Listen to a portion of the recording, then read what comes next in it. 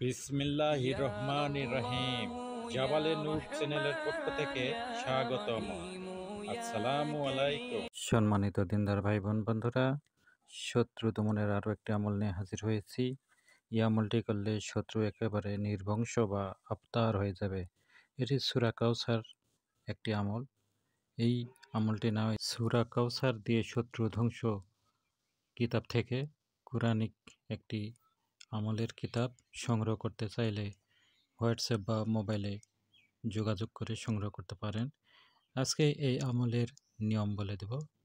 তার আগে যা বলি, কঠিন কোনো শত্রু ছাড়া এই আমল করবেন না। যে আপনাকে সবসময় পেরেশানির মধ্যে রেখেছে, কষ্টের মধ্যে রেখেছে, হয়রানির মধ্যে রেখেছে, যে শত্রু আপনাকে সবসময় অত্যাচার করছে বা সম্মানের ক্ষতি করছে, এমন শত্রুকে শাস্তি করার জন্য সূরা কাউসারের একটি আমলই যথেষ্ট। এই আমল কিভাবে করবেন? প্রথমে উজু করে পবিত্র হয়ে নেবেন। শরীরে খুশবু বা আতর মেখে নেবেন। জায়নামাজে বসে শত্রু দমনের নিয়ত করবেন। এরপর আউযুবিল্লাহি মিনাশ শাইতানির রাজিম একবার পাঠ করবেন। দরুদ শরীফ পাঠ করবেন 11 বার। এরপর বিসমিল্লাহির রহমানির রহিম সহ সূরা কাউসার 129 বার পাঠ করবেন।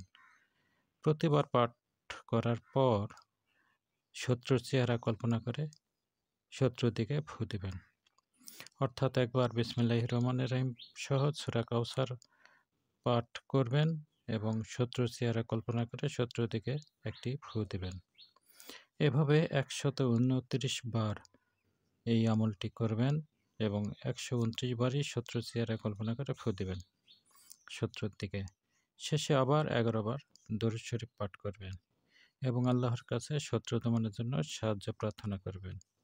ইনশাল্লাহ শত্রু নির্বংশ বা আবতার হয়ে যাবে। শত্রুর অবস্থা খুবই খারাপ হবে। তবে নাজায়েজ উদ্দেশ্যে এই আমলটি কখনোই ব্যবহার করবেন না।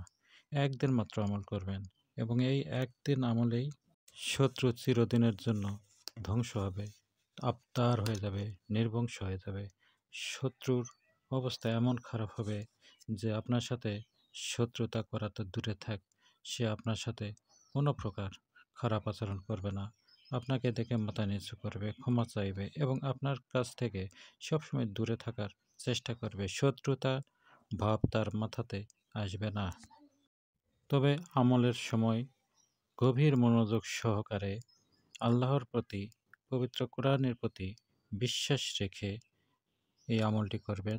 ধৈর্য সহকারে এই আমলটি নির্জন স্থানে একাকী এই আমলটি করবেন। শত্রুর নাম উল্লেখ করে আল্লাহর কাছে দোয়া করবেন। ইনশাল্লাহ শত্রু খুব তাড়াতাড়ি একেবারে ধ্বংস হয়ে যাবে, নির্বংশ হয়ে যাবে, আবতার হয়ে যাবে। নাজায়েজ উদ্দেশ্যে আমলটি কখনোই ব্যবহার করবেন না। আর এই কিতাবটি সংগ্রহ করতে চাইলে আমাদের সাথে হোয়াটসঅ্যাপ বা মোবাইলে যোগাযোগ করতে পারেন।